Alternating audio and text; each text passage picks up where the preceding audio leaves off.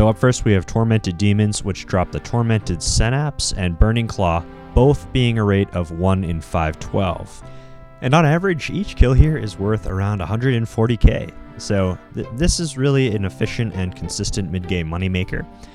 Also, these demons give you a boatload of Slayer XP. Now, I have developed a method recently to make killing these demons even more brain dead. Granted, they're not too difficult. However, if we use the Monster HP Percentage plugin, this will give us a good insight on when to expect the demon to switch prayers. So Tormented Demons will switch their prayers every 25% of their HP that is taken down. We will really just want to pay attention to 75%, 50%, and 25%. I do suggest looking into this if you're interested, and you can also use this at the final boss fight in TOA just to tell when the boss is going to spit its skulls out. So it's actually pretty useful there, and this is how I really thought of this method for Tormented Demons. Overall, these new demons are a really good cache. The fact that they give over 1k Slayer XP per kill when on task just makes doing these demons a no-brainer. And the Burning Claw is also a really good spec weapon if you don't have Dragon Claws. And I plan on still coming to these demons despite having green-logged them. So here's my gear setup for fighting these guys. Feel free to, of course, change your design around this setup. I feel like mine is a decent standard to just work with. And also, everyone, keep in mind that the Ash Sanctifier works here, and it's really helpful to bring. Alright, so up next is the Moons of Peril. And this mini raid activity can make you so much cash, especially through the drops like the Blood Moon Tacets and the Blue Moon Tacets, each worth nearly almost 10 million GP right now. So here's a picture on screen of the drop table and the current item pricing as of late 2024. I think that these items will continue to be expensive even into 2025 and into the future as a whole. So just look at this drop table, guys, and you can see there are so many drops here worth multiple millions. So why should we do this? So this is essentially a new and improved Barrows. It's really good for Iron Men, and you can stack up on armor drops to set up your account for mid and late game grinds. I highly recommend farming the Moons of Peril right now. If you do this, you will make absolute bank. Alright, and here's my setup, everyone, and keep in mind that you can upgrade or downgrade pretty freely. You can come here with a Dragon Scimitar, a Zombie Axe, a Fang, a Whip, and really most mid-tier weapons. I really do suggest green-logging this place, as it doesn't really take too long, and it's completely free to do, while making you just tons of GP along the way. Alright, so up next is an OG classic moneymaker, that being the Dagoth Kings.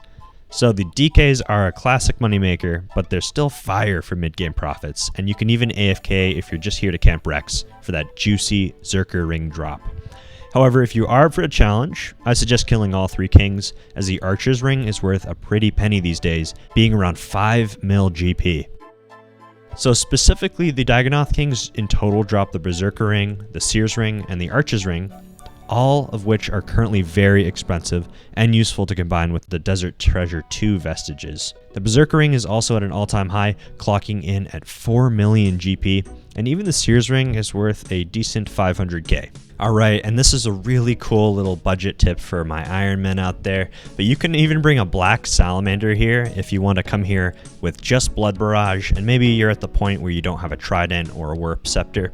I remember I did this on my Iron when I was camping my Zerker ring. With this method, it really lets you stay a long time while saving your very precious blood runes.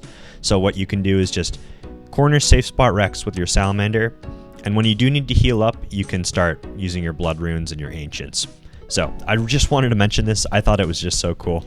And lastly, there's even an agility shortcut here now, so it makes coming to DKs even easier. But part of me never even really minded that long adventure to DKs, since it requires inventory planning, and it's just kind of an exciting journey that tests your account's sustain abilities, especially on that low level Iron guys.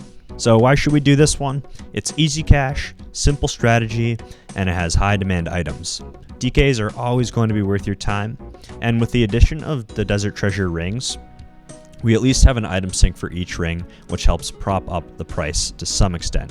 But keep in mind that killing all 3 kings does require more of a learning curve, so if it's your first time coming here, I suggest just sticking with Dagoth Rex, and you will just still be making absolute bank.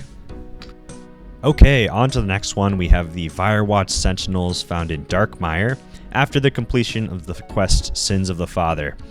These vampires drop the incredibly valuable and high demanded blood shard, which is used for charging the amulet of Blood Fury. And these shards are nearing an all-time high, everyone, so get after this. They're selling for almost 14 million GP currently. So just come here in prayer gear, everyone, and AFK next to the altar. And I do acknowledge that this place is very overcrowded. I think it might be a little better after the recent bot bannings, but it is still very busy here. But it's busy here for a reason, and that's because you can just make absolute bank here while paying little attention. I think this is just one of the chillest AFK methods in the entire game. So why should we do this? The Sentinels are not only a chill AFK moneymaker, but they also provide great combat XP while you're just stacking up on those blood shards.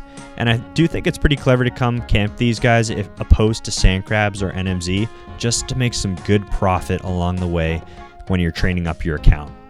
Also guys, the Blisterward Flail is pretty decent for activities like Pyramid Plunder, where you just need to keep your prayer up, as the flail gives +5 prayer and just weighs almost nothing. Alright, so last but not least, we have the demonic gorillas. And yes, these gorillas can be a little bit tedious to kill, but the Zenyte shard right now is nearing almost 17 mil. So guys, also get after this one. So I do suggest you farm these guys, especially on those Black Demon tasks, but you can just come here without the tasks. Your kills will just be a little bit slower. And this is also a great place to use your new demonic weapons from those tormented demons. And as well as moons of Peril, because the Eclipse atlatl here is a really chill range switch to bring. And I personally always will favor a chill minimal switch setup, especially for activities like this in which you are going to be constantly switching. So why should we do this one? It's just a great challenge with high profits that keeps you engaged while earning big. So to tie this all off, here's a clip of me crafting my Amulet of Torture after securing my last Zenyte drop. And here's an image of my collection log. And I was mega spooned here, everybody, and you could be too. I always see dry posts for people who are 2k plus hunting for their last shard, so I hope that's none of you, but if it is, I just suggest killing these on task and not forcing the drops to happen. There are so many places you can get spooned and make a lot of cash in this game, so it's good to take a break once in a while and just relax and let the drops come more passively if you're frustrated. I also do recommend hitting up the Desert Treasure 2 bosses if you do want to make some good profit. And let's also take a look at some of my logs. I was very lucky on axe pieces, but not so lucky on Virtus. I do really recommend these bosses for cash though, as I made so much money here just farming for this Soul Reaper axe. These bosses are also just a ton of fun, and they deserve their own separate video. But I'm a huge fan of the Soul Reaper axe. It's just one of the most fun and satisfying weapons to use in the entire game. And if you do go for one, prepare to be rich afterwards. And lastly, we did get 2 clue scrolls while making this video. We got 1 medium clue scroll and 1 hard clue scroll. So let's open these up and see what we get. Let's hope for at least some collection logs, guys. Here we go. Alright, so 1 collection log slot filled, not too shabby. Okay, and then now pictured on screen are 181 hard clue rewards that my RuneLite has recorded for us. I have 385 clues completed, so this is a little more than half of my hard clues that I've managed to just have recorded, which I really like as a function that RuneLite has. As you can see, we made a lot of money in purple sweets. We also made a decent amount of cash in God D'hide, and we got very lucky with the Gilded Chain. Interestingly, my 3rd most valuable reward is actually a teleport scroll to Narda. So I thought that was kind of funny. So guys, I promise if you stick with one of these methods, you are guaranteed to make a ton of cash and continue just building up your account. With the recent bot bans, these methods and items are just increasingly in demand and have a high price tag. So I suggest you all get out there and just start doing these if you want to make some easy PVM GP. Don't forget to like and subscribe, everyone, and in the next video I'll just be covering more profitable moneymakers, including some lesser known methods that you will not want to miss. And again, thank you for watching. Peace!